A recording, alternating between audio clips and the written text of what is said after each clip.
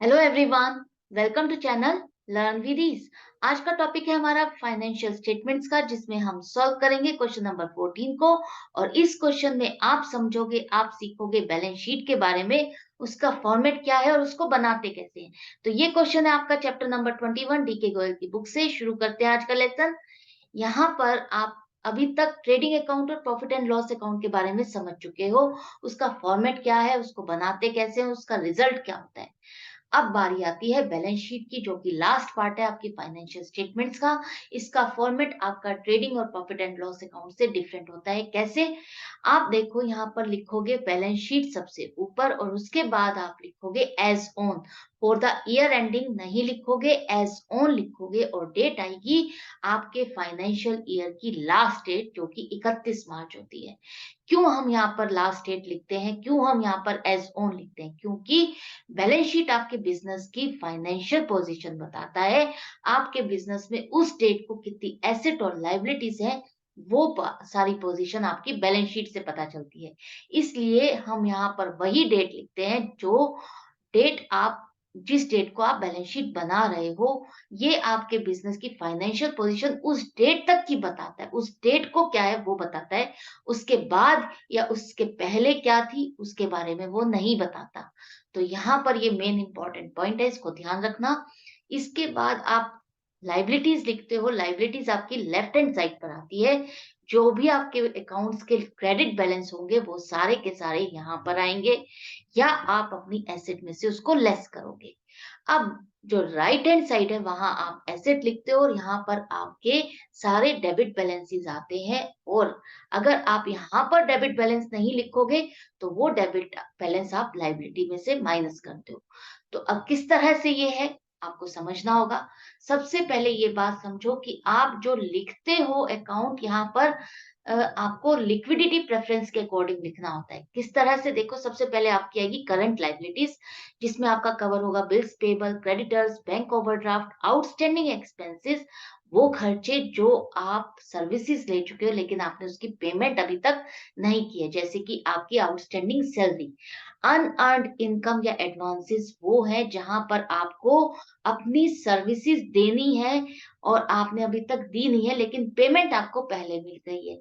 उसी तरह से आपको कोई सामान, आपको जो बायर को पहुंचाना है, देना है, लेकिन आपको पेमेंट उसके लिए एडवांस मिल गई है, वो सभी आपकी करंट लायबिलिटीज में आते हैं। क्यों?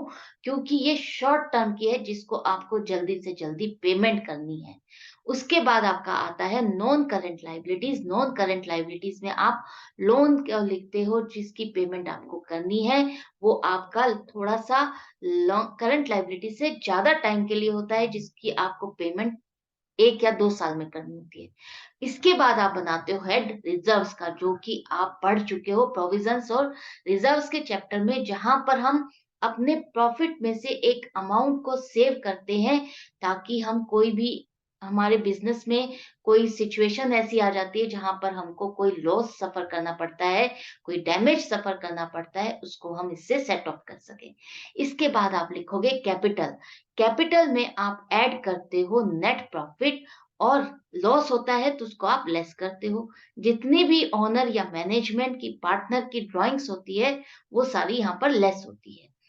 ये सभी आप इनर कॉलम में लिखते हो। जो फाइनल बैलेंस आता है वो आपका जाता है आउटर कॉलम में। अब देखते हैं एसेट साइड। एसेट साइड में भी आप सबसे पहले लिखोगे करंट एसेट, जिसकी लिक्विडिटी आप बहुत जल्दी कर सकते हो, बहुत जल्दी इसको कैश में कन्वर्ट कर सकते हो, जैसे कि cash at bank, cash in hand, debtors, closing stock, bills receivable. Prepaid expenses को हम करंट एसेट में इसलिए लिखते हैं क्योंकि ये वो खर्चा है जिसकी पेमेंट आपने कर दी है लेकिन आपको सर्विसेज लेनी है। आपको इसको कैश में तो आप इसको नहीं कन्वर्ट कर सकते, लेकिन आपने एक तरह से पेमेंट कर दी है और आपको वो सर्विसेज इंस्टेंट मिलने वाली है। इसी तरह से एक्रूड इनकम वो इनकम है जहां पर आप सर्विस दे चुके हो और आपको पेमेंट रिसीव होनी है, आपको पेमेंट जल्दी से मिलने वाली है।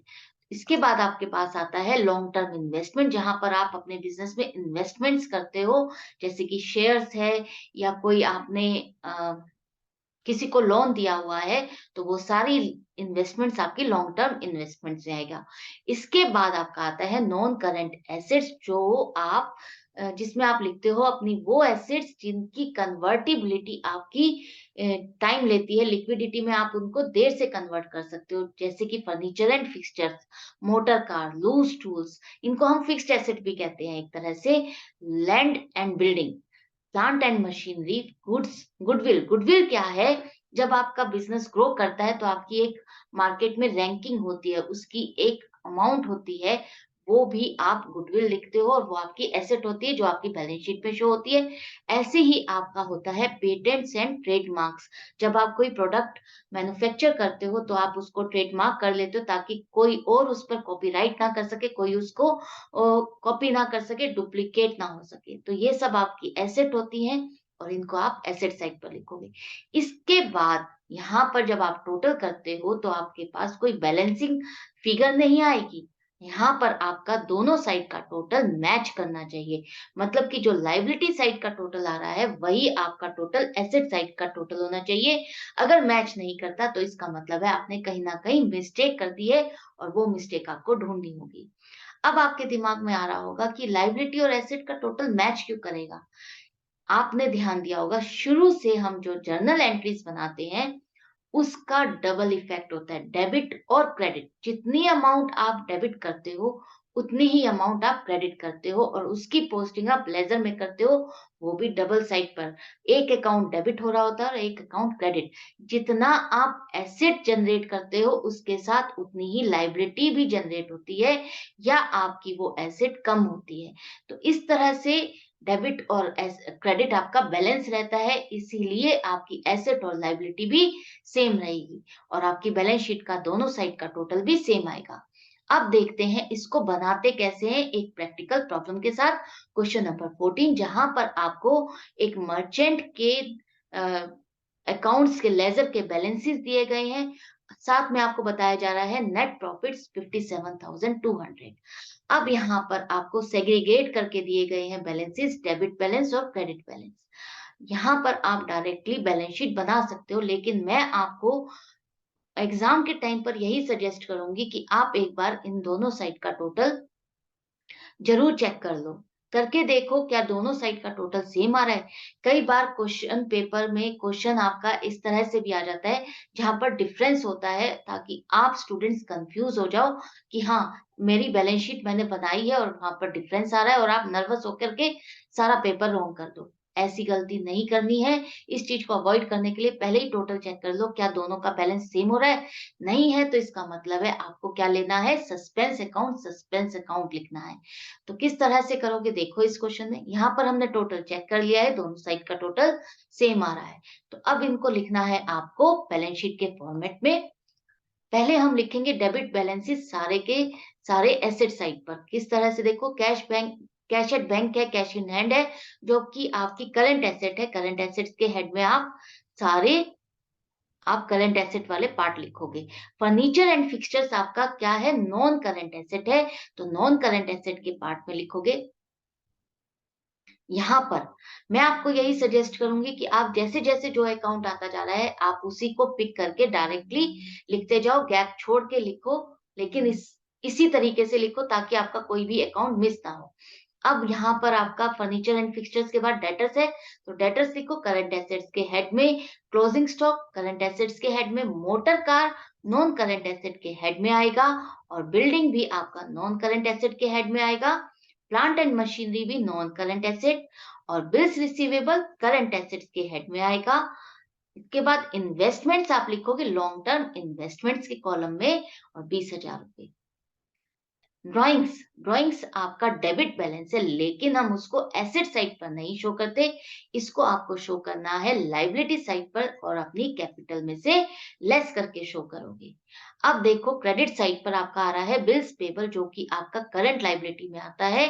तो करंट लायबिलिटी का हेड बना लो और अमाउंट लिखो। क्रेडिटर्स अमाउंट लिखो। लोन आपका है नॉन करंट लायबिलिटीज, यहाँ पर लोन आ जाएगा आपका 50,000 रुपए। इसके बाद रिजर्व्स हमारे पास नहीं है तो हम रिजर्व्स नहीं लिखेंगे। कैपिटल आ रहा है 3,32,300 रुपए, ये अमाउंट आपकी यहाँ आ जाएगी। अब आपको दिया गया है नेट प्रॉफिट, तो नेट प्रॉफिट आप ऐड कर दोगे कैपिटल में 57,200, टोटल करोगे तो अमाउंट आ जाएगी। इसमें से आप ड्राइंग्स को लेस करके यहाँ से आप फाइनल बैलेंस 3,83,500 लिखोगे आउटर कॉलम में। अब यहाँ पर आपने जब सारी पोस्टिंग कर ली है, सारा फॉर्मेट में लिख लिया है, इसके बाद आप टोटल करोगे दोनों ही साइड का। लायबिलिटी साइड का टोटल आ रहा है 4,98,000 और एसेट साइड का टोटल आ रहा है 4,98,000। इसका मतलब दोनों मैच है, कर रहे हैं, इक्वल है। हमने कोई मिस्टेक नहीं की है, तो यहाँ हमारा क्वेश्चन कंप्लीट हो जाता है। आई होप आपको ये समझ में आ गया होगा, क्योंकि अभी तक आप ट्रेडिंग और प्रॉफिट एंड लॉस अकाउंट को समझ चुके हो, तो ये भी इजी ही था। बस आपको फीड करना है, आपको पता होना चाहिए डेबिट और क्रेडिट बैलेंस कहाँ लिखने हैं। तो मैं मिलूंगी आपसे नेक्स्ट क्वेश्चन में, नेक्स्ट वीडियो में। लेकिन आप सीखते रहना, प्रैक्टिस करते रहना। चैनल पे नए हो तो सब्सक्राइब जरूर कर दो, लाइक करो, शेयर करो अपने फ्रेंड्स के साथ। बेल आइकन को प्रेस करना बिल्कुल मत भूलना। अगर ऑनलाइन क्लास चाहते हो तो व्हाट्सएप कर दो 9212666015 पर। Good bye and take care.